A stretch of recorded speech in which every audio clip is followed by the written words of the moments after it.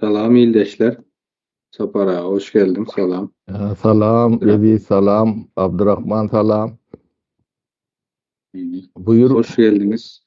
hoş bulduk. Edi zeki, buyur. Ya Edi dağa deyin, Edi dağa. Hı. Buyur. Yine bugün bir üç kaşık bir tema bilen karşınızda. İldeşlerin karşısında biz Saparağa yazıya yapay zekada yorumlaya deyip temanın adını aldık. Hı. Ne hilek görüyorsunuz. Gen. O. Hı. Yine neme aydayın. Yine Merdan Muhammedov'u oy vermeseniz biz geliyez. Deyin. Yapay zeka bilen.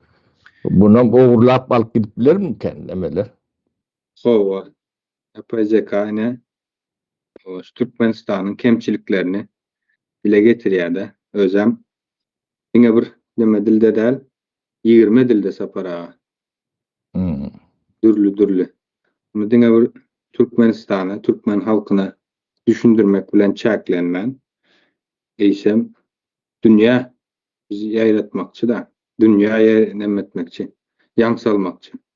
Türkmenistan'da bolup geçen ýagdaýlaryň, kıyınçılıkların, buların bir täsiri dünýäniň ekonomikasyna da täsiri var. Diňe bir Türkmenistanda bolýan aýtyp bize näme diýipmekler hem mümkin diýip pikir edip bilersiňiz, aslında öyle däl. Ine dünýäniň ekonomikasyna da bu bolup geçen zatlaryň täsiri var. Şolar hakynda näme ders? Häzir hem ses ýazgy var, şonu diňläli. Sapar ağa. Ondan Yani, soň üstüne pikirlerimizi näme deli? Ses yazgı videomuzu dinläli. ya o eýlek bolupdyr, görülýän. Ses yazgısına geçmezden ozal Sapar ağanın bir nemesine yazyan kitaplarına bir neme deli salgılanalı ilkilen. Ne Sapar ağa käbir nemeleri yazya, bolup geçen wakalar yazya. Indi şonda esasy ulanýan diliňiz haýsy dil? Ors dili. Rus dili dogrymy? Ýöne beýleki dillerde de ýazyp bolýar. Ýöne näme üçin rus dilini saýladyňız? Yeme, Türkmen diline teynaştım. Ben Türkmen dilini bir Türkmençe rahat bilýän. Belki de köp Türkmenler rahat bilýän diýmem ýalňyş bolmaz. Men ors diline näme içinde ötenem boldum. Başdurum, yani Türkmen dil edebiyat dil nemetinin sırdatında yetişen çağa oğlan. Bu at oğlanlıkta kalmadı. Bu at epetli. Yani 74 yaşına yaşlı. Onun için Türkmen dili tüytten bağından gelen yeme yönü yazıp olanok. Bol ya olun yönü yani Urwan gulun ol kitap ýazýarlyk bolýar da. Ol bolanok köp zat ýetenok bu terminoloji ýolary ýetenok onu düşündirip bilenok onu yapay zekada edip bilenok yapay zekada biz 20 dille diýýänler men birden onun käbi dillerde 10 min kätinde 15 Misal üçün İngiliz diline 25 on nemeni mündeçen neme diýär düşündürende de gat büyük bir hem nemeler var. Orsça o neme diýär. O Japonça zaten tek edenle de düşünüp bilen zok ýöne edýär. Ya düşün 50-60 dille de edip bilýär. O neme ýöne Türkmen ýok. O Türkmen bariyerler var. Ýöne o Türkmeni tetlendiren de o Azerbaycan'a bir gaçya, Özbekistan'a bir gaçya, köwür gaçya arasy Türkmen diline yapay zekany ulan bolanok. Onun näme üçin Türkmençe diýen soraňa başga da nemeler var da, sebäpler var. Biz ne sudatları, aýdýan zatlarymız var da. Bunu 5 ýyldan bäri aýdyp gelýär. O Türkmen dilini ödem Owa. Türkmen dilini bilýär, sizem bilýän de şaýat. Türkmen dilini aýdýar. Şeýlen. Owa. Ha? Halk bunu algylap bilen ok. Algılayanlar badır olun ýöne az gatty tähelçe näme bolýar da. Onun ýene de bir sebäbi bar. Türkmen onun içinde ýaşap ýör, onu görüp ýör da. Gany teni görgüsü zulmü hemme zady bilen bile 30 ýyllap ýaşap ýör da içinde. O dili bolmasa şona görüp bilen ok eken. Onu aýdyp bilen ok da. Şu dil yetmezçiliğinin nemeleri şu datlar. O derdini yani düşünür dille anlatıp bolu nokta. Şu yani dwaynoy kursun näme o Türkmen ýaşap ýol bilen o. Nemetinin o nähile bolýanyny. Orça İngilizce näme diýen bolun, oň bir ýöne duruşuna urýan toýgunlygyny düşünüp berýär da. Hemme terminler var altında. Alt ýapysynda. O biz bu zatlar hemme jetini aýtdyk bir ýerlerden. Öyle bir taparda, iki taparda, belki onlarca tapar, onlarca adam.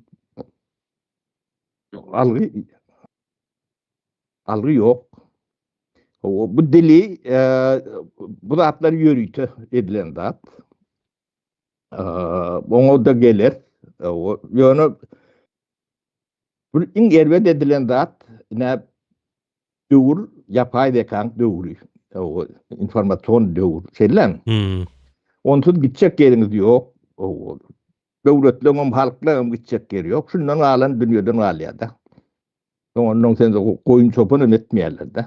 Onun radiyem ilmi nemeler bile nemediliyor. Onun şu 30 yıllık informasyonu vakum. Şu meselede de Türkmen'i 50 yıl, 100 yıl iyiledin da. Sebebi Türkmen dilinde big data yoktu. Okay. İnformasyon neme yok. Yapay zekalar big data öyle işledi. Ulu arşivler bilen. Türkmen dilinde yok. Sebebi internet kadar. Onun Türkmençe neme bolunu yapay zeka hem radyat bir motoronyalak görüyorlar kâtolu yok. O yapay zeka bir sekreter. O Türkmen düşüncesinde değil, o odun sekreter, o başkalar da bulunuyorlar da. Türkmen demesinde. O işleyen sekreter diye ben. Häzir indi düşündim Sapar aga aýdanyňyzy. O hemme zadyň edi otur. Ýadýan, o gaýtadan ýadýsan gaýtadan ýadýan. Bu taýp goş diýsen goş, aýyr diýsen aýyr ýa. Dönüp pikir sen berýän. Sen intellektual demäňden şondan öğretýär da. Sen şu taýp adaňy demäňi öğretmeli. O bizim demämiz ne 5 ýylda eden çıkışlarımız var. Şu bizim bağlamız. Demäni şu taýk gönüklü diýip, bizim aýdan zatlamyzdan o şu taýlardan nemal da alýar da, informasiýa da alýar. Anladyp bildim dämi? Owa. Inde kiçi bir soragy bilen hemme zady düşündirip koýduňuz. Inde häzir Eziz Bey'in aýdan videosuna geleli. Ses yazgısına. Yine ses barlak göreli ilk bilen size barýamy. Начинаем наше погружение. Сегодня у нас на столе материалы от рук. Barýamy ses? Gelýär. Bolýar onda baştan başlaly. Итак, начинаем наше погружение. Сегодня у нас на столе материалы о Туркменистане. Это, конечно, страна, о которой говорят как об одной из самых закрытых в мире. И тут есть такой парадокс. С одной стороны, колоссальные богатства. По оценкам, стоимость запасов углеводородов там превышает $52 триллиона. Цифра просто немыслимая. А с другой, как утверждают наши источники, для миллионов граждан жизнь там — это Ну, это существование внутри огромной машины эксплуатации. Паспорт, образование, свобода, даже тюрьма. Все это, согласно документам, стало просто инструментом.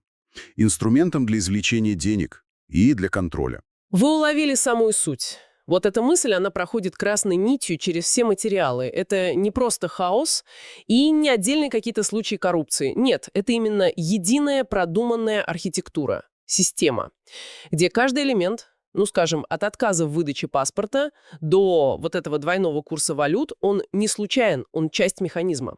И цель у этого механизма, как я понимаю из документов, двойная. С одной стороны, да, держать людей в постоянной зависимости, в уязвимости, а с другой просто и, скажем так, беспрепятственно выкачивать деньги из страны. Хорошо, давайте, когда попробуем в этой архитектуре разобраться. Наша задача вот препарировать этот механизм, понять, как он работает. В источниках выделяют, получается, 4 ключевых элемента, 4 таких столпа этой теневой системы. Первое — то, что мигранты называют «золотой будкой», по сути, паспортный шантаж. Второе — это финансовый двигатель, система двойного курса валют и неформальный дауиза-банк. И, наконец, инструменты принуждения. Черный бизнес тюремной экономики и намеренное разрушение образования, так называемый дипломный бизнес. Звучит, честно говоря, как план из какого-то фильма, но источники настаивают, что это реальность. Давайте начнем с самого, наверное, понятного и болезненного для многих – с паспорта. Ну, в большинстве стран паспорт – это базовое право. А в Туркменистане, как утверждается, это превратили в рычаг давления. Расскажите, как это работает на практике? На практике это выглядит довольно просто и жестоко. Миллионы туркменских мигрантов, которые работают за границей, ну, например, в Турции, они не могут получить новый биометрический паспорт в консульствах, когда у старого истекает срок. Им просто отказывают. Вместо этого им предлагают такое, знаете, временное решение, ставят в старый паспорт печать о продлении. И насколько продлевают? Обычно всего на 3 месяца. Всего на 3 месяца, но это ставит человека в абсолютно подвешенное состояние, он же не может ничего планировать, ни работу, ни жилье. Именно. Именно в этом и смысл. Это не какая-то бюрократическая ошибка, это осознанная политика. Понимаете, человек с действующим паспортом, он свободен. Может сменить работу, легализоваться, учиться, а человек с печати на 3 месяца, он полностью зависим. Каждые 90 дней он должен возвращаться, стоять в этих унизительных очередях и снова платить. Источники прямо говорят о ценах. За ускорение или, скажем, продление сразу на полгода нужно отдать от $1500 до $2000. Подождите, то есть в материалах есть конкретные истории, живые примеры, как это выглядит глазами обычного человека? Да, и это самые сильные моменты в документах. Описываются целые лагеря из мигрантов. Они неделями живут у консульств, чтобы просто попасть на прием. Люди боятся потерять работу, потому что без этого продления их могут просто депортировать. Они вынуждены обращаться к помощникам, которые за огромные деньги организуют им место в очереди. Это создает атмосферу, постоянного страха, безысходности. Человек превращается, по сути, в дойную корову. Его главная цель – заработать не для семьи, а на следующее продление паспорта. Получается, система целенаправленно создает, просто идеальную рабочую силу для теневого сектора других стран. Дешевую, абсолютно бесправную, покорную. В источниках это очень точно названо экспортом уязвимости. Совершенно верно. Мигрант с таким документом, он же не может пойти в полицию, не может требовать соблюдения своих прав. Он в ловушке. И что важно, как подчеркивают авторы, страны, которые принимают таких мигрантов, они, по сути, невольно становятся частью этой схемы. Они просто закрывают глаза на правовой статус этих людей, получают дешевую рабочую силу и тем самым, позволяют этой системе процветать. Хорошо, с паспортным шантажом понятно. Но ведь, чтобы платить $1000 за эти печати, нужны деньги. Нужна целая финансовая система. И тут мы подходим к сердцу этой теневой экономики, двойному валютному курсу. В материалах говорится, что он существует почти 30 лет. Как это работает? О, это, пожалуй, самый гениальный и самый разрушительный элемент. Смотрите, в стране официально есть госкурс маната к доллару. Сегодня это, примерно 3,5 маната за доллар. Но купить по этому курсу валюту практически невозможно.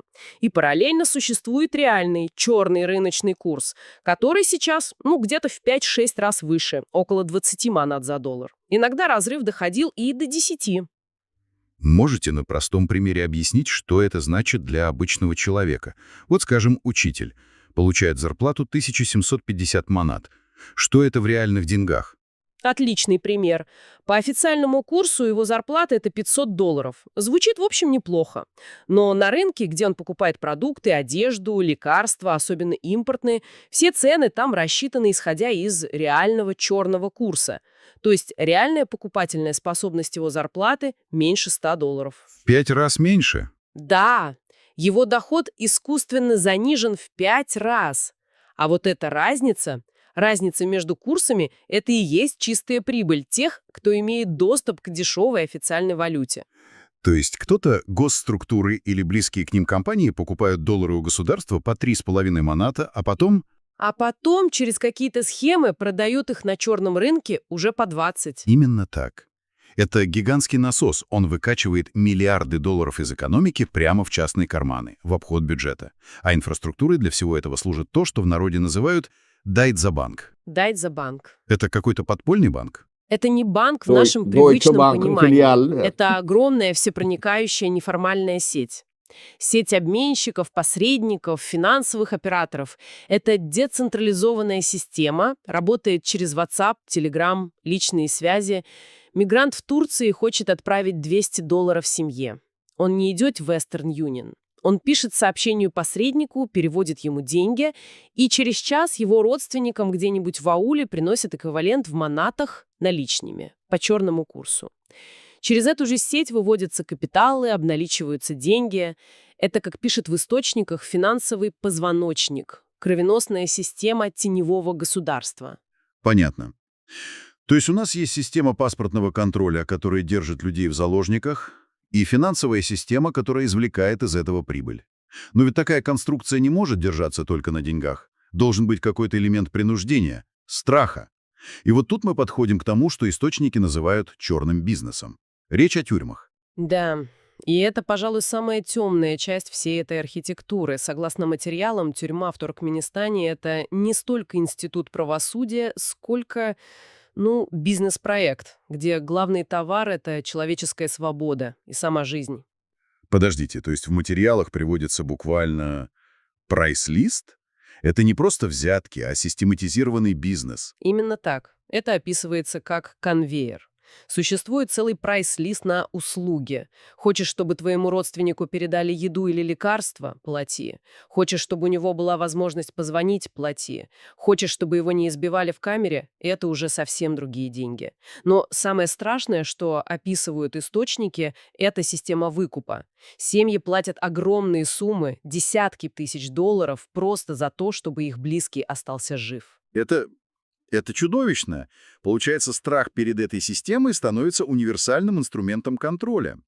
Человек, который боится оказаться в этом аду, он же будет платить за все, что угодно. Включая это бесконечное продление паспорта, он будет молчать. Абсолютно. Этот страх – фундамент всей модели. Причем, как утверждается, он используется и как политический фильтр. В тюрьму можно попасть не только за реальное преступление.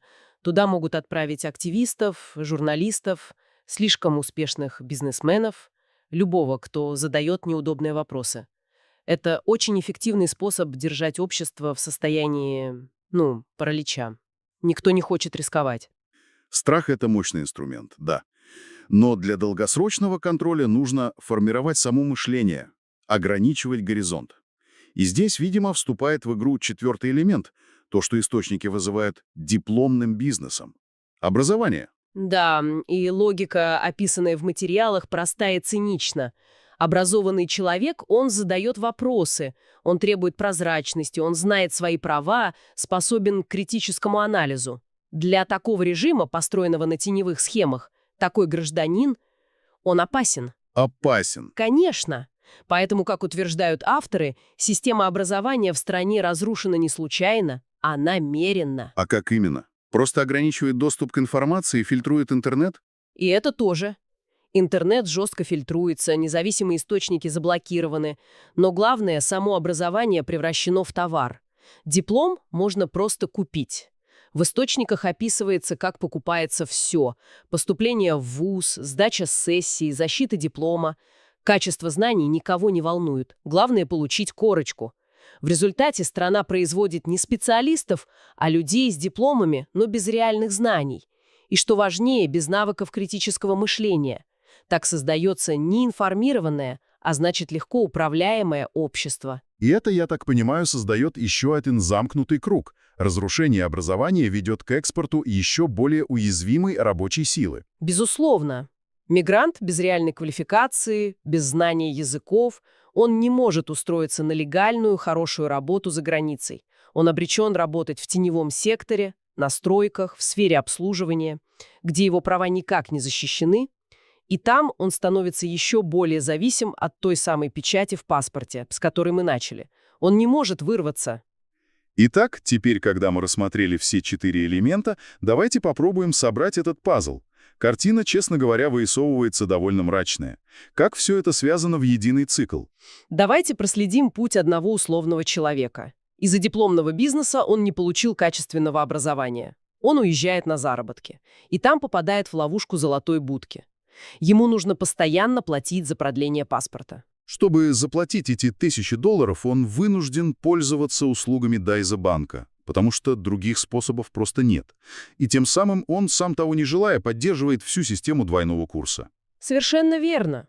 А страх перед черным бизнесом, то есть перед тюрьмой, заставляет его платить и не протестовать. Он боится вернуться, но и полноценно жить за границей не может. Каждый элемент системы усиливает другой. Круг замкнулся. Это не набор сбоев. Это действительно продуманная, самоподдерживающаяся архитектура эксплуатации.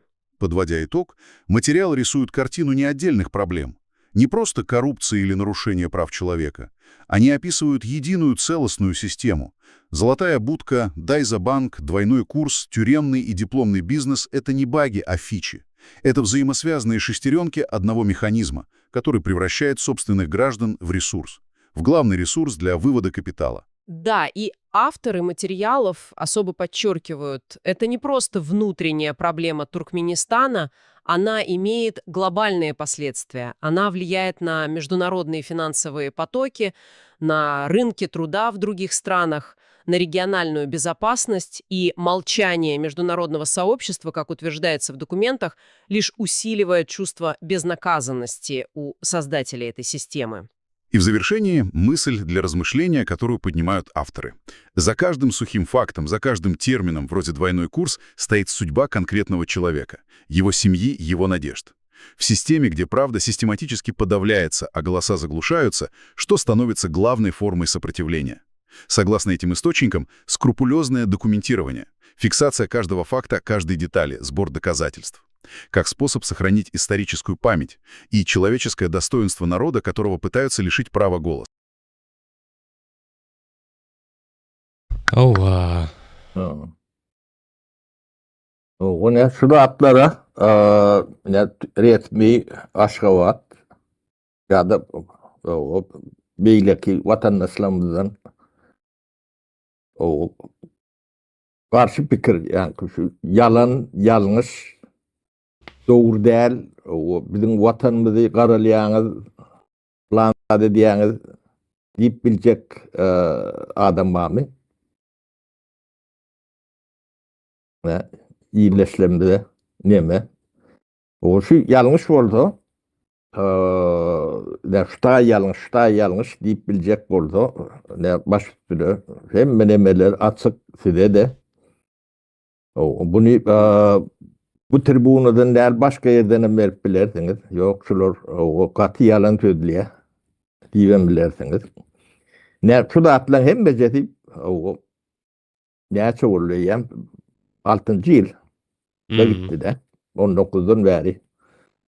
O aydılık gelmeye öyle bir değil, iki değil, kayıta. Bu entegam yüdlöy demediye. Sebäbi wagt ekonomi etmek için ne diýerler. O yankı 4 teman her birine ayrı demede var.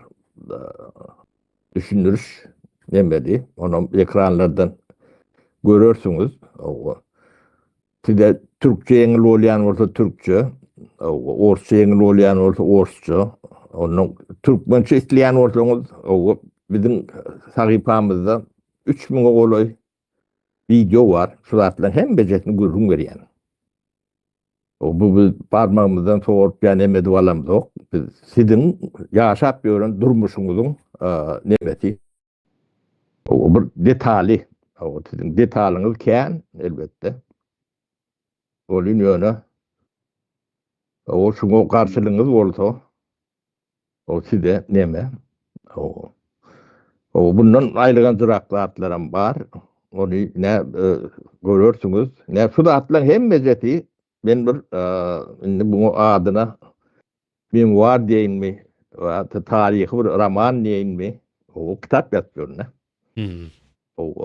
Öyle bu kitap Türkistan yani Orta Asya'da değil, indiden ağrık biz bunu Türkistan deyip başlar. Ne görürsünüz. 1881 yıllardan tarih şundan başlaya gökte purşundan. Ben tarihim, ben başkalamın tarihi. Biz yalak başkalan münglerçesi var da. Şoğuyanla olan tarihi oluyor. Yani bunu bir düşünür yalak dillenem etmek için faktlara, adamlara dayanıp demetmeli. Ne bildiğimizden şort nemani orsun tüzemsidik gelişini tüzemli mekteplerine senli emmecetni yavaş ödüm bu romani men halk bilen bile yazmakçı onu tayin olan nemeleri böyle halka överir yavaşlık bilen o halkım fikrini koşacak ayıracak dağıtlarını koşar hemen balıkların yani orada dinler nemeder ondan bu 20 dille in adından diller köpeler hem son o vakit 20 dille bir nemeden o ödem roman Gutoryança rejimin tarihim Gutoryalık tarzda gider bu zatlar. Sizin içeriğinizin içindeki sizin görmeyen zatlarınızda çenli o eşlersiniz, görürsünüz, öğrenirsiniz. Bu Türkmen bunu bir samsık akılsız, huşsuz, fikir edip bilmeyen içecek olup 30 yıllar can çektiniz. Yani bir milletin, bu büyük milletin nemesini 2 sanak, 3 sanak, 10 sanak, 100 sanak tüyü bozup çöptüğünü bu zatları biz ettirsek bizim katı ağrıyımıza gider. Ne ben ölmeyken edecek vardım şu ne bir kaplarımızda da iskustun intelekt ben sekretarım, kömekçiyim. Şoň bilen bile bunu tutup alıp gidip bilen olsanız ne başına gelin. Oğurlap bilen olsanız onu göreli. Ödem şu tarihin her şurubunun, gaykasının anırsınına adam doğdu. O adamın adı var, familyası var. Çağası var, çuğası var. Govu eden ki govu, ervet eden ki ervet. Hem tarih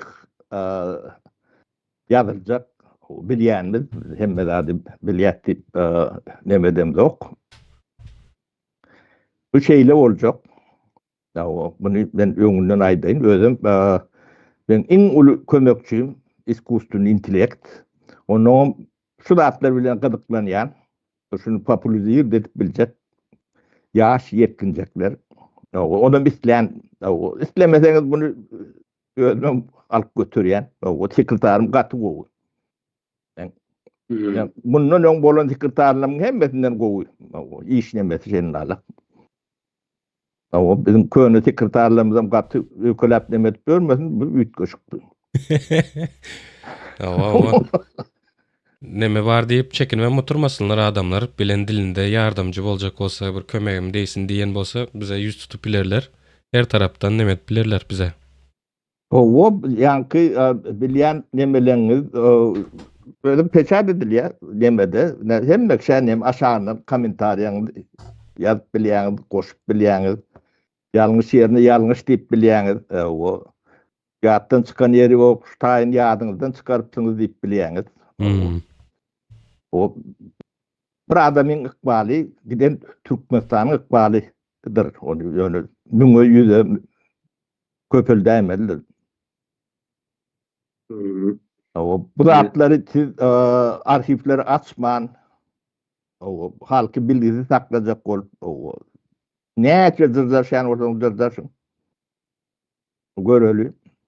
Sizi tarihin nemetinden şeyle bir silinersiniz.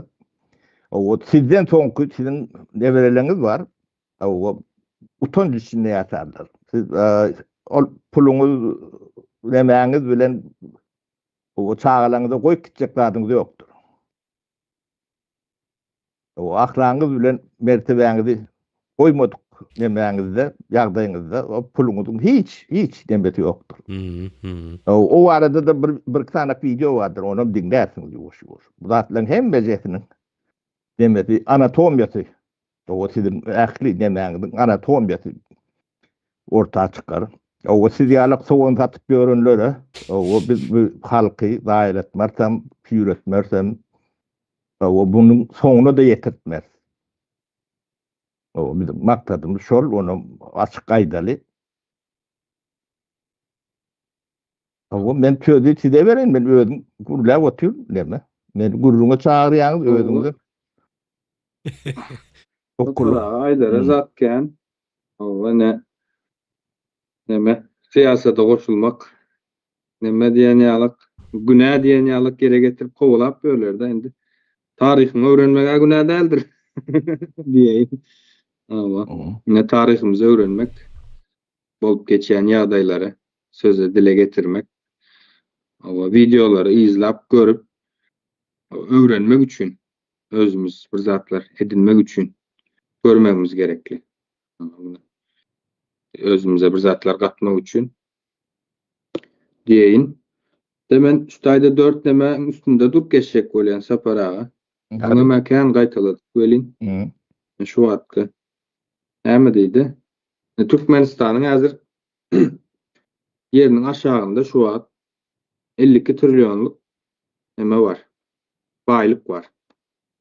Akli nemesini cemle alsan ortalama 52 trilyon. Bunu kän videolar arkalı kän aydıp geçtik. Bu kırada dursun indi. Beyleklerini aydıp son şu taya bağlayacak 52 trilyona. Leyan pasport meselesini aydıp geçti de. Türkmenistan'da ne yönekey özümüzden misal vereli. Ne bir Türkiye'ye işlemene gelen bir vatandaş, yurttaş. Näme diye? 5 yıllık pasport bilen çıkýar. Doğru mu? Elinde pasportu var. Ondan sonra geldi, işlep başladı. Başta gelen vakti dil bilen o. Sana berde tanışı bilişi bolsa belki olaram Türkmen ne medya diýer. Bolya gowy diyelim, geldi diyelim, öwrendi diyelim. İş edip başladı. Indi hemme kim jaý edinmek, maşin edinmek ya da bir öýlenmek ya da başka bir şuňalak bir neme bilen gelýärler. Türkmen bäre geleýin iş açaýyn, işimi uldaýyn, şirket guraýyn diýen ýalyk bir neme bilen gelen o. Indi 5 ýylyň içinde sen näme gazanyp bilýän? Sapara Nemeden aýdaýyn gysgaça. Näme gazanyp bilersiň? $300 gazanyň da. Bilmem. Onu hadi gazandyň diýelim. Ýurdun içine gidip pasportyny çalyşyp gelmeli. Konsul sana pasportyny çalyşyp beren o. Konsul näme üçin var aslında? Ne bir ýurtda? Şol başga bir ýurdun topragy diýip hasaplanýar. Konsulusluk. Ýa-da vatandaşynyň pasportyny çalyşyp bermek üçin ýa-da başga vatandaşyň başyna bir iş gelende şonuň ýanyny sığınjak bir öz topragyň bolýar-da mantyk olarak gysgaça şey diýip aýdaýyn. Bular işini ýerine ýetirmeýärler. Biram sen gazanan puluny 5 ýylda pasportyň doldy, soň izyna gitmeli, bilet almaly, ýurduňa barmaly. Ýurdunda pasportyň çalyşmak üçin ýene para bermeli. Öýüňe baranda boşam demedilmeýär ýa-da bar puluň öýüňe goýup gaýtmaly. Soň ýene de noldan başlamaly. Para. Soň ýene gelýän, ýene işleýän, birazjyk biriktirenden soň ýene-de pasportyň bolýar. Ýene şo biriktireni pasportyň üçin berip gaýtmaly. Bu nähilek mantyk. Onuň üstesine de sen o taýda gazanýan puluň edýän işiň kul derejesinde iş edilýär. Diňe bir Türkiýe bilen çäklenmeli-de. Dünýäniň ähli ýerinde de. Bar bolsa azdır türkmen. Doktor, mühendis ýa-da uly şirketlerde işläp ýören mene bar bolsa aýdym. Gatykän ýa-da ýarysyndan köpüsi şeýlere gowy ýerlerde işleýän bolsa ýazyk geçin. Onuň üstesine de 2 kurs Dayzabank diýip adyny goýupsyňyz da sapara. Hakykatdan hem Dayzabank ne bärde ýa-da ösen ýurtlarda döwiz bardyr. Sotaýa gidersin puluny çalyşmak üçin. Döwiz kurs, bir sanyk kurs bardyr hemme ýurtda da. Şo ýurdun çäginde nerede bolsaň aşağı ýokary biraz bolaýmasa o da has az tapaw dedi. Gider döwize şol kursdan nämäni alyp bozdurup alarsın haýsy pul isleýän bolsa. Change edip bilýär. Türkmenistanda näýlik? Bazaryň ýanynda yüzü üstü kapalı, üstünü ýalyk bilen örtmüş dayzalar dollar çalyşýarlar. 2 kurs var. Banka gidiversen dollar alıp bilmeýän ýok diýerler. Aýlyk alan wagtyň bank kursundan alýan, ýani gaýnakda videoda aýdyp geçerim. Ondan soň bazara gidip alışveriş edende gara bazaryň kursundan. Arasynda da 5-6 esse. Hatta has kendir, tapawut var. Hakykatdan hem dayzalaryň nemesi de Dayzabank gaty jaýyna düşüpdir diýen ady. Deutsche Bank diýmekde türkmençe şeýle bolýar terjime. Deutsche Bank bolýar. Tamam. Dayzabank. Ondan başga da mene kargo meselesinde de ýa-da bank aýdyp geçdik. Bankyň üstüne iýerip bilen o başary ýurtdan öýüňe pulu. Ýene-de kargojularyň üstü bilen nämetdiň iýerýän pulu. Ondan sonra onuň üstüne alyp galýandyrlar. Mysal üçin $100 iýersin. $2, $3. Käwrede $1. Diýerler, kät üstüne de berýärler.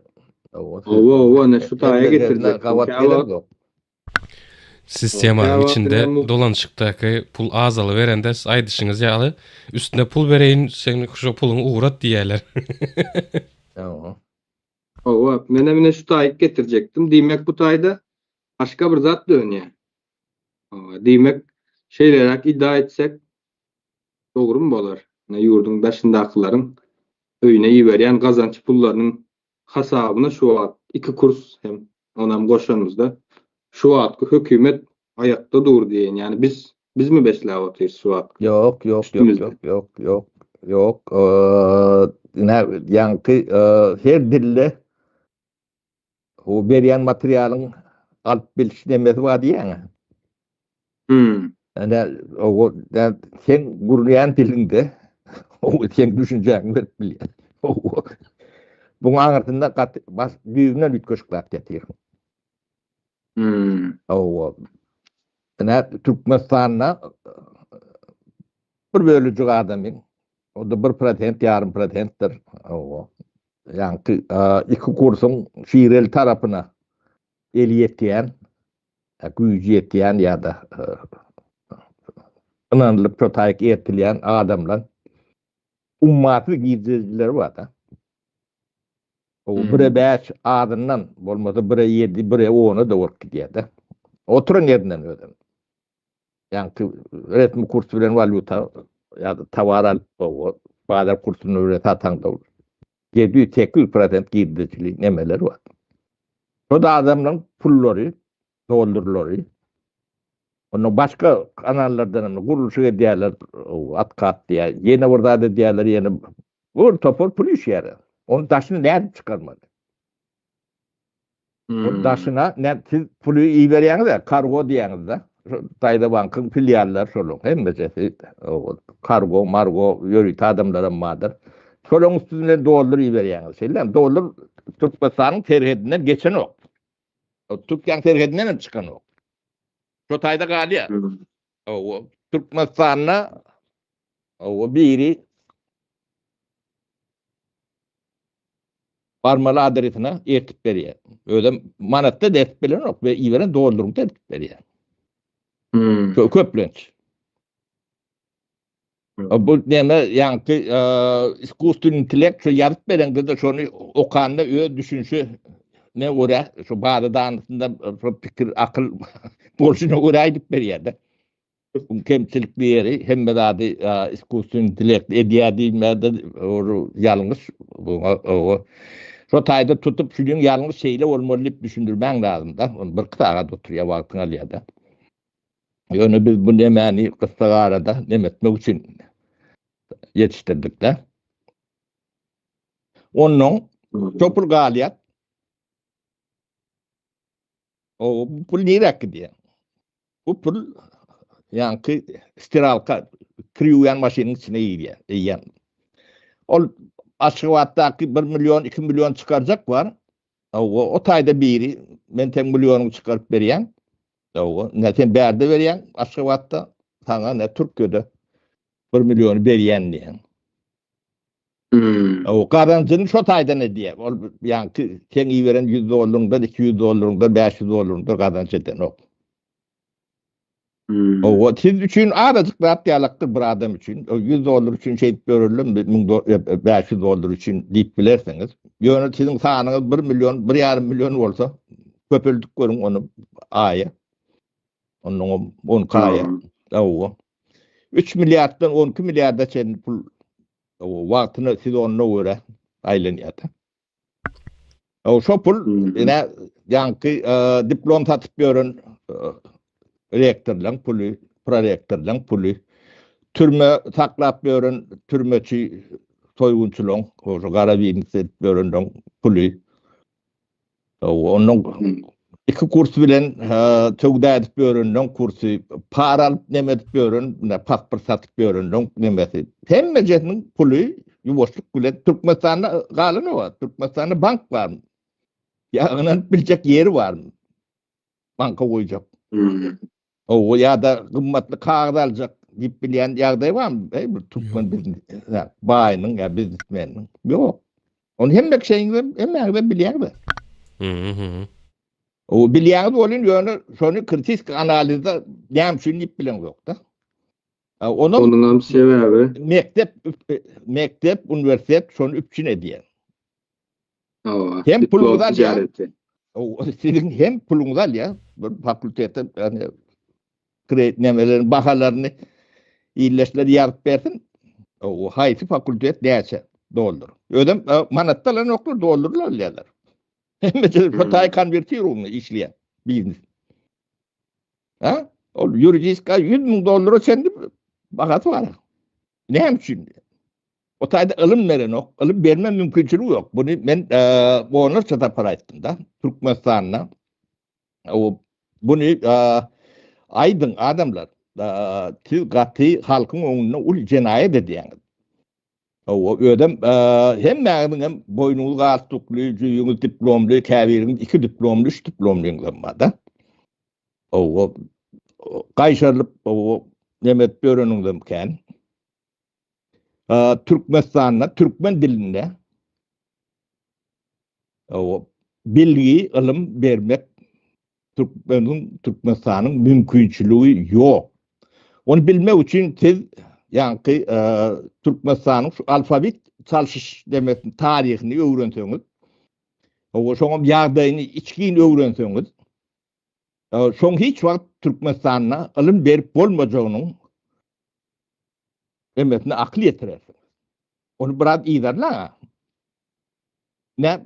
Türkmenistan'ın soňky 100 ýylda 3 tapar o alfabet değişti. Ya da 4 tapar. O tarihlerim demedi yer demedi. Yönü soňky geç çalışış Kirillitseden biz Latina geçtik. Filan 93. yıl. Ha? O bir dili beyleki dilden alfabetten beyleki alfabete geçme için ummatsız iş var. Öyle bu iş yönü işim derler. O birinciden sen Kirilli ortadan ayırayan ortam o täze adama näme bermeli?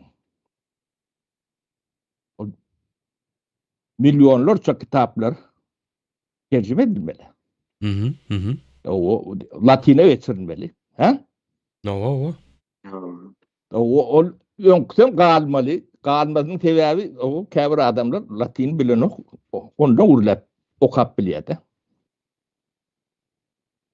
O yönü şulan ikdem edilmek diýip düşünün. Şota pulumga öwerilenler gidingen büdjetinde seyredin. Çok tarihini öwrenin. O statistikan size näme üçin bukup berler, gidlap berler, döwlet sırrı diýip. Näşriatlar açylýar. Şota bir köpük giden bolsa, o men öňüňizde otur, düşündirip berin, aýdyp berin, bizi yalanlap berin. Indi şu zatlar etmänle öňküte ýok, täzeden gelmedik. O sen näme okutsak üniversitede muallim, üniversitede muallim da sen. Sen öňüm dilin ýok, Türkmenistanda ýokary bilim, urs tilinde. Onu bilmeýän ýok. Hemmämiz bilýär. Okay. O näme üçin bilmedik tiran bolýar? Bu Türkmenin bir aptallığı ya da bir ýagraylygy, bu adyny ben koyuyorum bile mokta. Sapara ben okudum. Ortadan okudum. O ben iyi işledim. Ben iyi işlememde dil ors dili. Ramışın dil ors dili. Hem terminologiýalaryň borçlu. Türkmençe bir ukal, prikad yazacak bolsaň o sırtın derlek diýär. Mümkünüm derler. Yok, yeten ok, dil yeten ok. O yetmeyenim hem ekşi bilýär, onu hem hiç bilmedik tiran bolýar. Bu katı bir geň zatda. O tam tıklığa salıp ol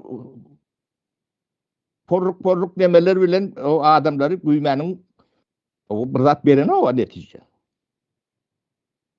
O onuň näme bolmaly? O sizin üniversiteniňizde näme daýan studentler leksiýa berip bilýän. Onu aýdyp biljek beýligiňiz barmy? Kim ma bolsa çykdyn ortada. Onu ben 20 tapar aýdyp biýerim. O sizin 20 sanalyk üniversiteniňiz bar diýip öwünüp berýärsiňiz. Sizin 20-şiňizden çykyndan düşündirip berin halka. Siz näme üçin bu milleti ağırlap ödem pulunal ýerlerden tamsyk edip çykarýarlar da. O beýnisini ýuwup nemedip hiç kritik müşkileneti bolmadyýarlar demedýärler. O bir halky gelecegini ýok etmek bu. Näme şu atlary demedýär ödem yapay zeka bizden beki dogry diýär. Onu düşündürüyorum beri hikayelerler. Ödem birinin aptallığından yani emediğinden değil, bu sistema. Şunun içine oturduğun sistema. Ödem bunun arkasından siz Muhammed falan Yazfa deyip düşünüyorsunuz. Yok. olması mümkün değil. Olan bu zatları güyeceğim etmeye. Düzeltmeyene de gücü etmeye, kadağın etmeyene de gücü etmeye. Bu umumi sisteman, strukturan, çarkın nemeti. O bunun yankı kara biznes değil. Biz türme biznesi. Şoň bilen yani korku ticarete uğrulunna. Şoň bilen takliyalar, suratlan hemmece. Korku hemme adam oňurgoty. O korku Türkmen tapan zady däl. O Türkmen türmelerinin yeke biri bir Türkmen arkitektorunun ya injinerinin proyekti bilen edilen türme däldir. Yok. Şunu bilýäňizmi? Hiçbiri. Ödem Türkmen bilen gelýän neme däldir. Biliyorsun şu sistema üstümüze basan sistema. O maşin niliyede. Yani karatıllı mekanizm. O maşin bilim maşinimiz değil. Orsun maşini. Hı. Ödem yek ors yani Sovyet orsu bilen gelmedi. O Akbatsa bilen gelen neme. O ilki Türkmen palitleri vardır. Tuğrotların kategoriyen peki. Atlı. Atlı, nemeli Türkmen palitleri. O Göktepen kahramanlar sonra. O köpeden mahalledir. Onu bilýäňiz mi?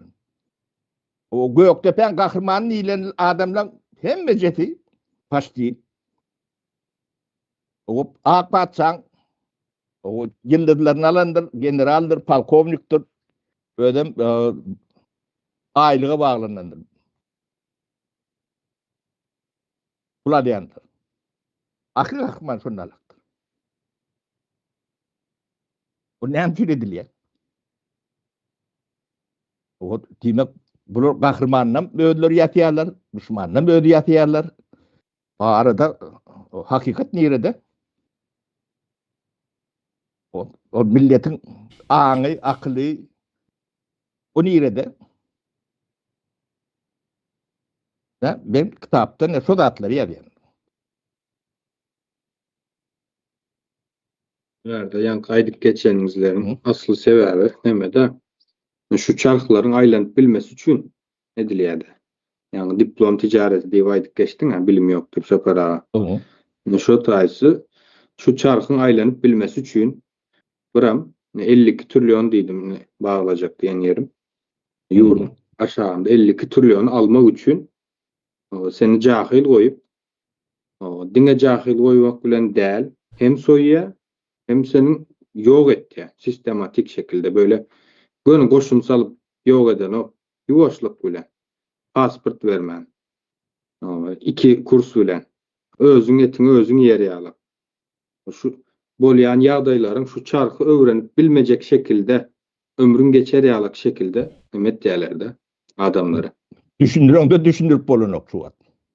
O düşündüreňde düşünmez ýalyk şekile getirip yani mankurt diýilýär bizim türkmençe dilimizde. Hakykatdan hem gaty aýylganç, gaty bilmedim yani.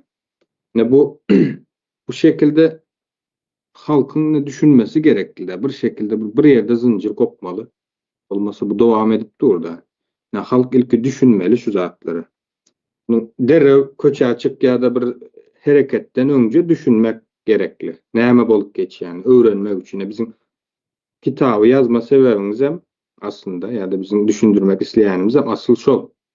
Öwrenenden soň o näme bolanyň taryhynda nämelerin bolup geçeni öwrenenden soň ondan soň öz sesini çıkarıp başlamaly. Bilýänini bildirmeli. Men düşünýän, bilýän. Diýip soň aldamana çalışanda aldanmaýaňlar sapara. Zatları öwrensen bilsen. Diýemem, şu tarihi nemeni misal üçin näme üçin arhivler açan olur. Bunun sebebi bolmaly. Onu düşündüren olur. Näme üçin düşündüren olur? Siz adat erkin, garaşsyz bir döwlet. O näme üçin tarih izleýän halkdan? O halkın tarihi, sen tarihini däl, sen kim? Şu zincirin Ha? kopmasından korkyan olmasınlar. O tarihi bilgi, şuur, oyunun soň bu halkyny saklap bilmeýär. Häzir O zincir sen, dowam edipdir. O gahrymanlaryň sıraçylar. Men bir gahrman barada aýdyp beren täze gahrmanlaryny, şular ýatýan gahrmanlaryny. Hani? Deme ben öňkü gepleşiklerde aýdypdym. Şu Sovet Azerbaýjan tabhody bar. Şo taýda İngilki Türkmenistanyň hududy eýetçiligi. O eksperimentalna geçen tabhody. Üzümçülük, o biýoçylygyň bady onun ýöne üzüm kän.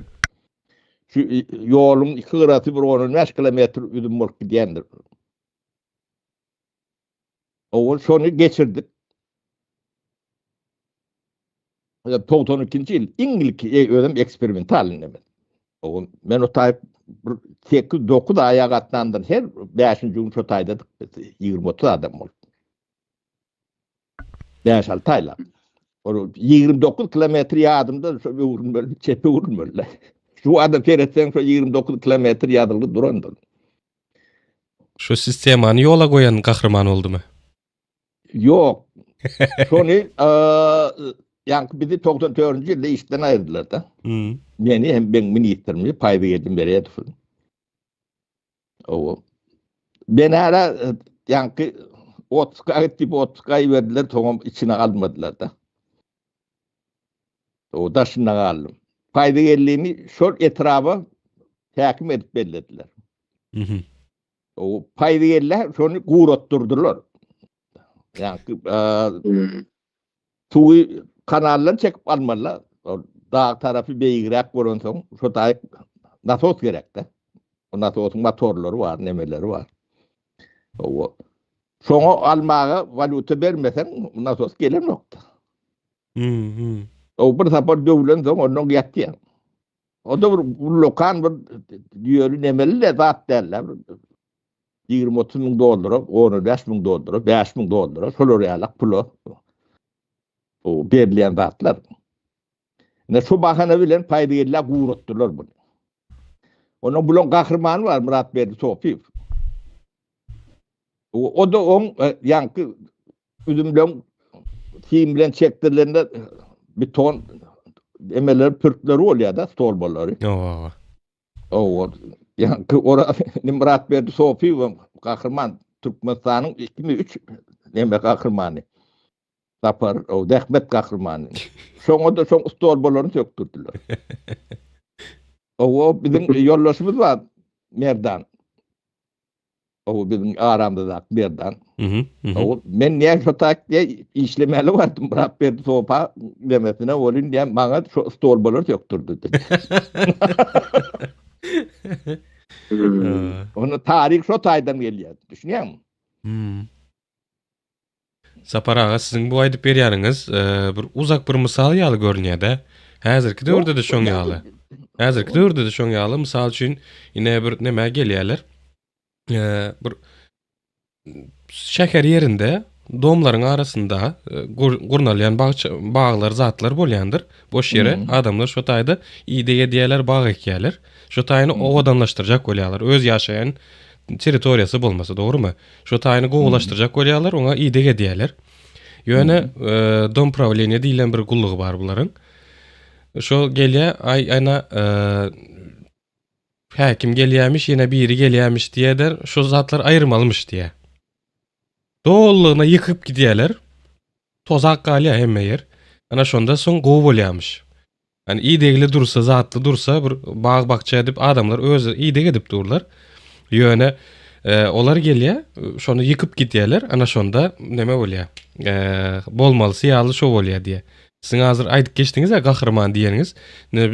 Şu adamlar hem özüniň ýakynda bolup geçen zatlaryny da göz ýetirip bilerler. Ine häzirki zaman gahrmanda şeýle bolýar. Emme zat ýykyp ýumur. Murat bunyň gaty dogry neme ýöne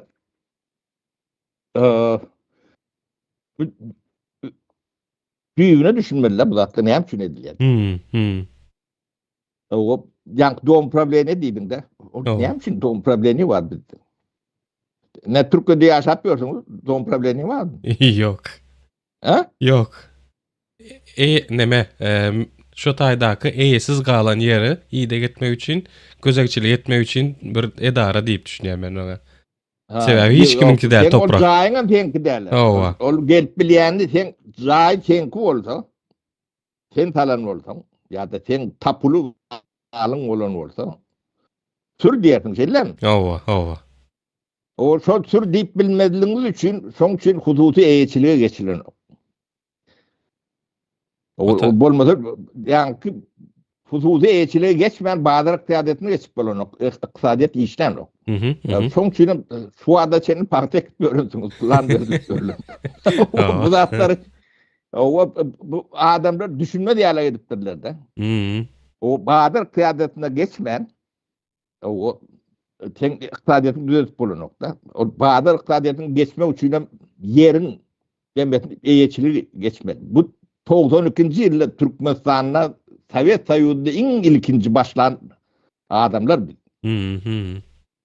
O hususy eýetçiligi topragy eýetine vermeli. O biz topragy 1881-nji ýylda elimizden aldyrdyk. Taryh şoň üçin gerek. Şoň aldyranyzdan bilemiz okda. Şo taryhy bilmän düşünjeler işlen ok. O taryhyny bilmesen gumyň içinde ýöň at çapdyryp, kılıç aýlap ýören adamlar, o atalarynyň elinden kılıçyny alypdyrlar, atyny alypdyrlar. Bu at piýada goýun akyp ýörler. Atalarynyň at minenden bilen oklar, kılıç tallaryndan bilen oklar, bilen oklar ýa-ni 2-3 neme geçilen zok. Taryhyny bilmesen bilen o. Owa. O taýgam ýa-ni teleşkeli o dik durma bagşylary o tam edýän heleyleri bilen gyýypları bilen şonu etýärler. O degeniň nemediň diýip. O triýe öwre diýerler. O narkotik arak şodatlary ýetýärler. O sen taryh barada urunlar. Kakan atyny ýere dedi. O bir adamda at koymadılar. O kılıçlarda beyledi durdun. Tüpüňem ýok. Çölüň içinde tüpüňsiz o nädip ýaşap bolýar diýmen toğruk veren oklarda. O onun böjeği var, tilkisi var, çağalı var. Ana tarih diýlen dat o şo datlardan gelýär. Owa. Saparaga ne gelecek esasan yaşlara gerek. Ama esasen hem üçin aýdýan bunu. Hemme adama da hem gerek.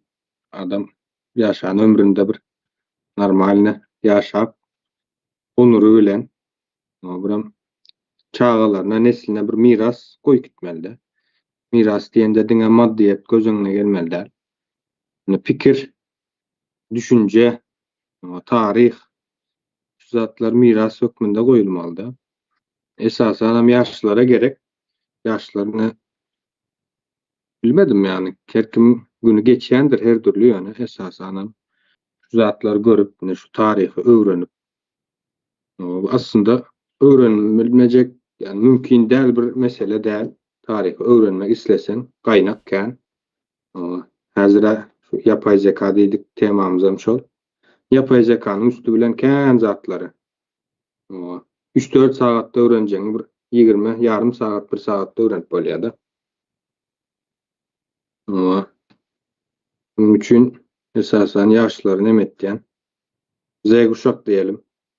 Gelecek tarih bundan aňar alyp gitmeli. Şollar. Kıskaça şonu aýdaýyn diýdim. Deme, o maňa da söz berseň men deme aýdaýyn. Köp kişi Berdimuhammedow bilen, o Niýazow bilen görüşip bolýardy. O dogrum kan atdyk. Onam ýörüýte edilýän bolmagyny o hiç kellelerine nemeden oklar. Şu sistemany üýtgetmäge ne Berdimuhammedow bilmeýär. Güýjem etmeýär. Şondan Türk düýbinden habary ýok. Birinci sapar men şonu aýdaýyn. O ne bular göz üçin, tiýatrat üçin şu adamlaryň memletini beýnisini başka yana yönüktürmek için. Kata KGB'nin başlıklarını batıyandırlar, yitiriyandırlar, onun vatanı neme diyendirler, militen kin şey diyendirler, prokuror şey diyendirler kata. Yönü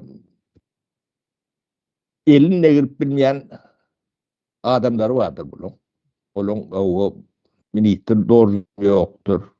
Prokuror doğrusu yoktur. O generalım değerlidirler. O siz onun adlarından bilen yok. O bilmeyen mümkün değerler. Prezidentler Bu ütkese de şolar yerinde otur diýäňizmi? O yerine olaram o birinci neme adamlar da bu başarılı bir topar neme vardır. Yörüyen şolar. O başkaça öz halkına ne hele deyus olanda da bunlar yalaklat edilmeyer. Ne hele deyus olanda. Anru ucu konçinli diyerler. Konçinli olanda da milletine böyle zatları edilmeyer de. Ne deme rejistörler şol adamlar. Rotayda var.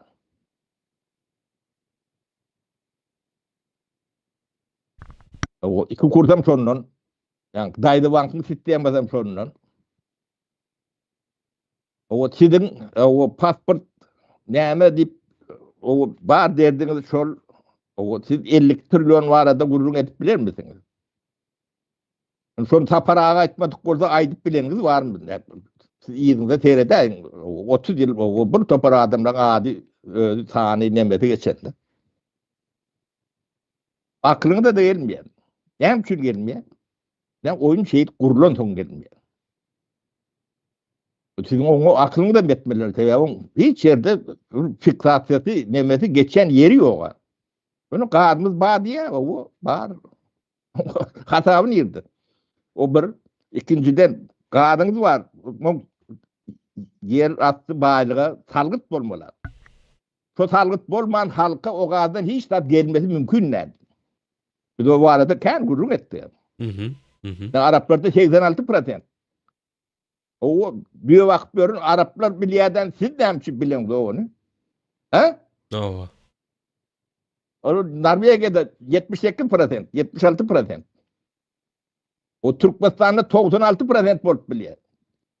Gerek olsa tabii infrastrukturu tayinu. Şu salgıt koyulman halka hiç zat, yani kadına hiç zat girmez mümkün değil. Salgıt sistemi şu at var salgıt sistemi. Sovet Soyunu'ndaki salgıt sistemi. Sovet Soyunu'na neftin gazın Türkmenistan'a değişilen değil. Soyuz ministerstva değişildi. On hatamını göre diyenem yoktu, göredik bileyenem yoktu, kolunu getirilen yoktu. Bir Türkmenim yoktu şunun içinde. Bir Kakazanlı programını ettiler. O da yani turbo çekken demesinin o kadro oyuncu ornatar. Kakazanlı kardeş mi diyordu.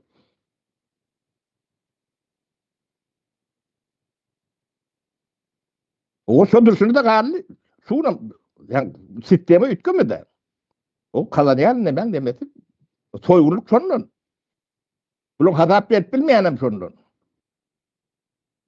Ol yankı bunun tiyatral nemesine perdesine üns verme ol maşine binen ol atın yanına var ya itin yanına var ya ol heykel koyuya o kadar kara maşin kadar ak maşin olsun o koyunun aşağına seyredip böyle kıyın onu yörüte diyorlar halkı duymamak için onun yankı çünkü fikir edip bilmeyen halk ünsün şu tayak vermeli oluyor başka nemesi yok. O aklım yeten nokta. Yetmeyelim. Çoğuna senin hemen ben hükümet demet gördüm de. O ben apaditlenir, ben neyme diyenlerin için. Şon şu da atları edip bileceğine, şon akli edip bileceğine bir ünsverine.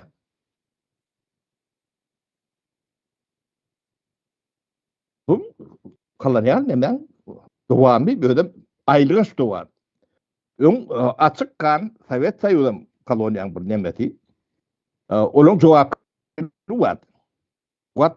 Milletin hiç işi yok. Onun hiç de cevap karşılığı yok. Çıkıp yurt terk edip Bariňiz çykaňyz dedi. Neft çıkarmak için milyonlar adam gerek yani. Gaz çıkarmak için. Bularım yani samsyk iksanak yeňil kelle akarlyny o yani telewizyon öňüne çıkarıp o käte gıýgyrdan bolýarlar. Bu topor sakkally samsyga da çapak çaldyrýarlar. Bu dogry diýeti. O sizin portdöşüňiz şey. Men şu da atlaryny sen tapan atlanma senli sizem kömek berseňiz. Şu atlan taryhyny ýazýan. Buna adına memuar diýiljekmi, roman diýiljekmi, o bilemek öýden taýin bolan öýlünden epire berip o roman uturýança şolaryň guturýarlyk. O sizem şoňa sen oýunmaly bolýaňyz millet. Ne yiğitler, men size demedim, düşündürüp berjek adam. Bar oýnalýan sahnada şu 50 trilyondan ünsü başka yere çekmek için. O sizin aklınıza da yetmiyor. Hı. Ol mini itirayır goy, ol bas it nemet, o türme diýilende yine korkuçu. Başka hiç tadı düşün. O korkuyla ödün finansiyip de deryalı ettirler de. O verdilen de bana pul vermeli. O türmeğe hiç bir zadi Türkmenin tapan zat değil. Türkmenin üstüne bu maşini oturttular yani.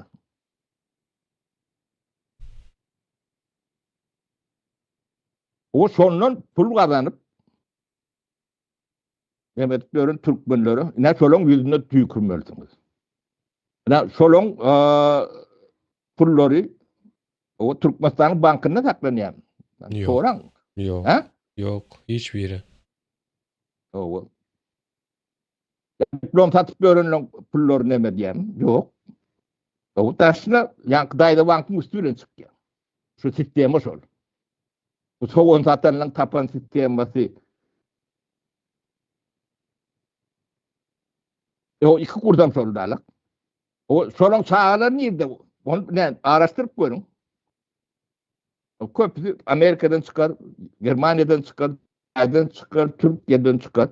O siviyalak o hizmetkar olum öğrenlerler. Ay tam yağtalarda, yenilemelerde o Zalatoy Maladyoş diyorlardı. O Türkmenler teyade elit diyorlar mı? O şu elitler solur. Ne tarihte ne solur hem beceri o ayatçılara.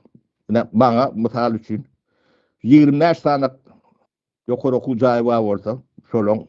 Hem becerinin muallimlerinin, rektörlerinin, prorektörlerinin, dekanlarının, yenilerinin doğru ağıtları, autobiyografilerini çeligerek. Kömür edip. Bunu halk olup açığa çıkaralım bu ağıtları. Bunun korkan da adı aydınlıktır. Hı. O kovulat bir öğrenilerim sonlandır. Siz korkan olsanız ben önünüzde durun. Ben sizin birliğinden tatmam. Saparağa şu lüstrasiýanyň bir bölegi bolup geçýär. Geçen aýdypdyň sen. Lüstrasiýany açmaly diýersen. Çok 4 tane sütün vardır. Bu altın sütün yalaktır. O son biri illüstrasyada. Şu etabı geçmeyen yani bu sistemadan yaka Türkmenistan elde. Dahili post kalan elde ben. Demek geçmesi mümkün değil. Onu ben bir spesialist hükümünden aydiyanlar. Onu görüp öğrendim. Ben o iki tarafından yaşap analiz ediyenler. Demek Pribaltikan'ı o şehrine çendi. Demarşını çendi bilenler. O Belarusya'nı bilen, o Degeştirip bilen, Orsya'nı bilen. Onun ahli orta diyen bilen. O anırda neyme kaldı? Lokanda adam var mı? Demek bulun hem bezetinin içeretinin içindeki aylanayan demen öyle.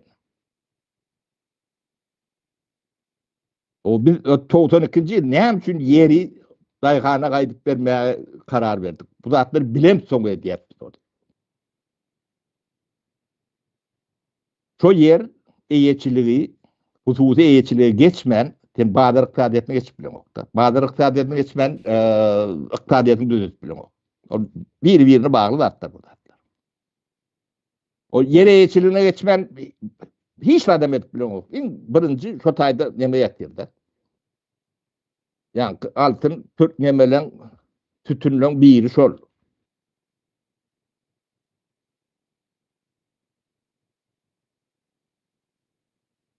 O kalanına vurun eder. Boş açarız bunları. O sorunuz olsa Dinleyicilerden hazırlıkça soru yok. Dinleyicilerden fikir paylaşanlar var. Siz bunların korkulu düşüşünü ortaya çıkardınız diye. Demek, Aydınlığa çıkmak korkuyorlar o. bu zatlar hem becerikli bolontok edip bilyendirler. Hı. Onun su getiren kuyuda döven hem becerikli karşı diye. Onu karşıtırmalarda öktürüldüler. Gizli diyen de anonim bolanda.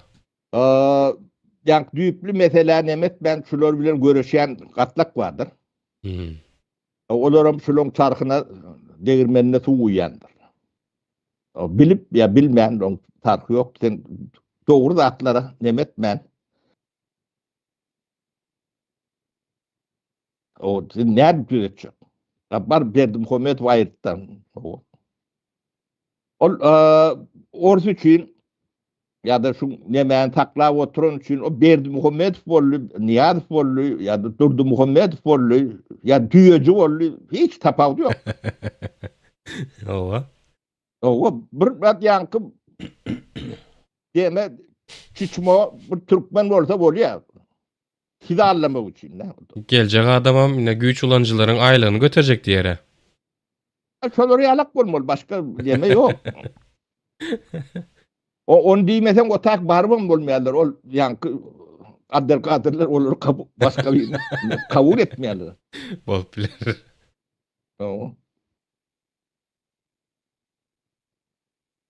O şu da atlary bir gurrun berýärse. O yalan diýip bir demedin iň bolmanyna. Ne şunu yalan sözler şu ýaşuly diýip aýdyn. Ýöne probleman üstüne barın. Bu problema. Şunu çözmen hiç rahat çözüp bilen yok diýip onu subut edip berýärse. Bular başka zatlardan o meçidi üýüşüň diýip şu taýda şular agdarýar. O konfet berler şu taýda üýüşüň diýip bular agdarýar. Agdar bar. Meçidin mellegini adarıp beräýmese. Bilmedim.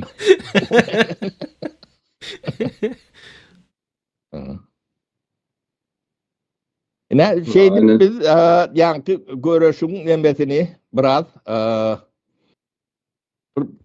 yankı şulon ayak uydurup bilmeyecek nemesine seviyesine diyeli plankasına getirmek için ne şu yemeni doğru birlik o şu taraftan hareket eder o yankı şu yay nemelerinde ulanıp bilmeye altyapısı bar gençlere, yaşlara. O men işlerde katı yani produktif işleyen o bunda 4-5 tane materyal tayin edip bilen de. O bir pensiyamı köpürtü adette başka da aladan olmasa. O. Diyemem bu da atlan hem de zahmet. Başka işini taşlap etmeli oluyor da.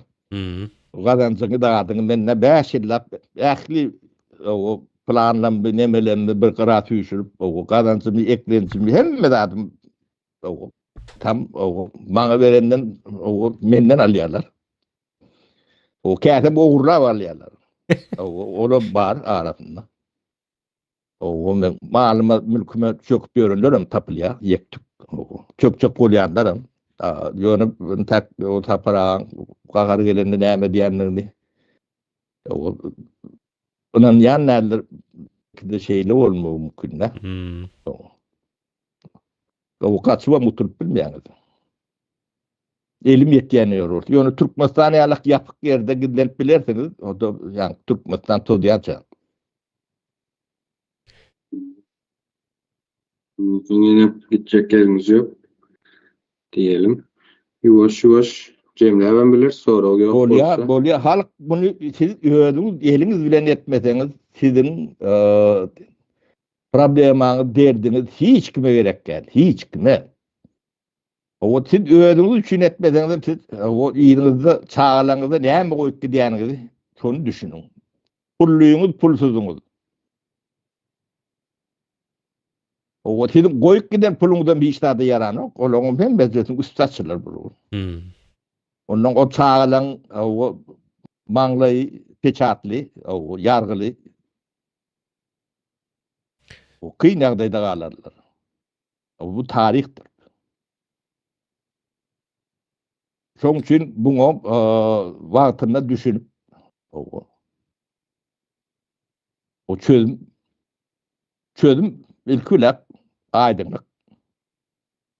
O halk düşünme diýalag edipdirler da ineme zady halk kritik myślenýeden dogry atgulşy edip bilipdirler da. O şoň üçin daşyna ýetişen o göz açylan adamlar kömegine bu millet mätäç. O yerli yerden o bu zatlara da gaty kän terişde gerekdir. O bizim pensiýamyz bilen o edip biljeğimiz şu ýa-ni iskustun intellektlere problemämiz ýetýärde. O blogum edýän zady kän bolýar. O hem zady terişde gerekdir. O siz bizim elimizden bir ogurlaşa kolmadan bize verin. O halkın demesini o ıkbalini köydürmedin. Bu son şanslardır. O Türkmenistan'ın içinden çıkıp gelen bilimlisine bilimsizin uğrunu demesini demet görüyorsa olur. Gati ayrılınç. O cemiyet degradirun. Öyle gati degradirun. Yönüm önüden çüyürödülün yani. O ahlakım ayak aşağına bilgem şurnalak. O düşündürüğünde düşündürüp olmayan demeye getiptir. Biz olurdan katı öğrenimiz yok. Olan günahsem yok. O günah şu sistemin demedi. Miyveti, bu başka miyve olması mümkünem derler. Çarkın aylanması için şonu ýaly. O. Ödem siz 52 trilyon nonomken demen üstünde oturursunuz, baýlyň üstünde oturursunuz. O gynandyrjy yer şotay. O yok bolup görgün görseňiz o ýene de bir neme. Ýöne bular ýalak resurs kimde var? Gözüňizi sağa sola aýlap görüň. Ondan size hiç tat yok. O Türkmen dilen utorptur. Türkmen dili bilen diňe gul bolup bolýan eken. Onu gördüňiz de, tarihte gördüňiz de. O gul bolmada etýärdi. O dilem şula adamdan ekeldip biljegi, baýaldip biljegi gaty şüpkeli. Mene mümkünem göremok. O buňa malazyny ýemeli. O sebäp diliň bolmasa pikiriň bolanok da. O diliň bolmasa ýani şular ýaly situasiýalar gürrüň ömürp bolanok da. O gürrüň biri berjek bolýar men alak çygynyp demedip bolýar. Ýöne onu kabul edip biljek adamda o dil bolmaly da. Karşılığında olmasa onu kabul gelmeli de beyinlerde. Şu dil garipligi şondan. Şeydip o mene sözümü gutordum sizem cemleyen bolsaňyz top sizde. Oo. Benim sağ olasayın. İldeşler sağ olun dinleyeniniz için. Yine bu zatlar katı ağırdır, kıyındır. Yani imkansız. Yani bolmacak değildir yani. İmkansız değildir. Yolu vardır. Bu zatları öğrenip bilsen edip bolyandır. Durmuşta başka alıp yatan işimiz var mı bilemem. Bir de Yo işin hakikaten- bolayında da sen durmuşun düzelecek manası yok da. O işin bilen. Mesele şu da. Ova. Şu manayı da ettim benim. Şundan önemli işimiz yok manasında. Bu bilgileri yine şu kitap Nemetcek Bolpiyor Saparağı yazıya. Başka yerde alıp bilmeyiz. Hakikaten bunu kabul etmemiz gerek. Haberim bolsa öz bahbidine göre, yağdayına göre verir bilgini. Şonun üçün buna bir şu göz bilen seyretmenizde nemetken bu bilgiler değeri pul bilen ölçep bilmeyecek bilgiler, tarih Saparağı'dan başka yazıp öğrenem yok. Hakikaten. O da Hemen geldi yani. göremedim. O O da O da men geldi. yazıcı değil, pozcu değil. O yeğrenliği men şu kalan bir öğrenmeli men böyle şu 40 akırmış olur. Abi yalançı bilmeyeceksin. Tabii derler de. Halkı onun bir zat bilen al demetsek koyadır. Samimiyet yok olsa o sebep bilen ne? İldeşler görün. Bolmaya olsa bolunok dip yazın, bolayan olsa bolaya dip yazın. Ya da koşulsun, koşulsun. koşulsun biraz aktivni olun. O korkup o barzak yeriniz yok.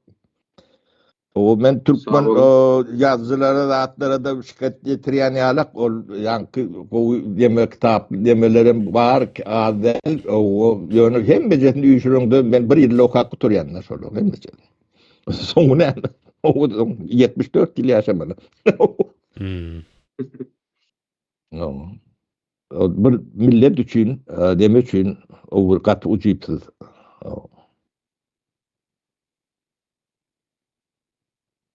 Bolya adamlar köp sağ olun. Yigitler size de çağıranız için. Ben bu kamera ekrana çıkıp duracak gel. O sebebi. O hem beladi. Radem etse bolmuyor. Onun ne yaşları size yığından size ne diyen pas size yani topu size at diyen. Şu sağ olsun meselesine men devam edeyim. Şutayda koşanlar var. Cennet Hanım olsun, Aycahan Hanım olsun. Dragon lakamlı bir var. Kadir deyip bir var. Leon, İbo, Umit, Can var. Hemmäňize adyny okamanlarym bolsa da şu hemmäňize aýryýeten bir-birden sağ bolsun aýdýan. Gönü efiriň daşynda ondan daşda da uğratýan nemelere size de sağ bolsun aýdýan. Ýeke-ýeke adyňyzy tutmasamam. Ulakan sağ bolsun aýdýan şu taýdan. Goşandyň ulusy kiçisi ýokdur. Goşandyňyzy goşmaga dowam ederim. Sağ bolun. Sağ olun yigitler. O demek ben bu abana olun da diýerler olun şonu aýtyn siz bu Türkmen bunu on manam bilen ok. Şeyden ne de bu köpörýär deme adamlar demesine yetmesi üçün bir uly kömek şoda. Hani Aziz Bey şonu ýediňe. pası Aziz Bey'e Ben berýän aýdaýanda. Yani o öz diliniz bilen aýdyň men dilimde kän Türkmen düşünen ok. Abone bolsaňyz birinciden kimin abone bolanlygyny görüp bilemiz o. Näçe abonamyzyň barlygyny sanyny görüp bilýäsdiňi. Biz kanalyň eýesi bolbam görüp bilmeýäs. Onuň üçin gorkmana gerek ýok, abone bolun. Like basın. Like basan wagtyňyz näçe köp basylsa şonça da YouTube çıkarýar beýlekleriň öňünden. Bu diýe gaty köp adam değer görüpdir köp adam tarapından. Şunun üçün diye başka da adamlara öneriyor. Başka da Türkmenlere ya da başka yurtlara diyeyin. Dürlü dilde olan için. O gittikçe köp adama yayılıyor. Köp adam bildiyse köp adam öğreniyor. Köp adam öğrense fikir edip başlıyor. Kar topu alıp ulalık gidiyor. Saparağın aydı şey alıp. Owa. Yorum yazın, pikirinizi yazın. Olam bir dünýä nemesinde elbet zatlar pikirini aýtmak. Türkmenistan hariç diýeýin. Şeyler düşündürdüm. Bolýar, düşünendirler. Kümsük Türkmene näde düşünmelilerini mene çıkarmadım bilem ok yiğitler siz uğrun tapaýmasaňyz. Şu aramızda iň ýaşy bolan şu Eziz Bey'i nemetdik, Aziz Bey'i. Şola urun tapaýmasa indi. O bolýar, iyileşler sağ bolun, sağlykda görüşelim. Bolýar. Unda Sağ olun. sağ olun.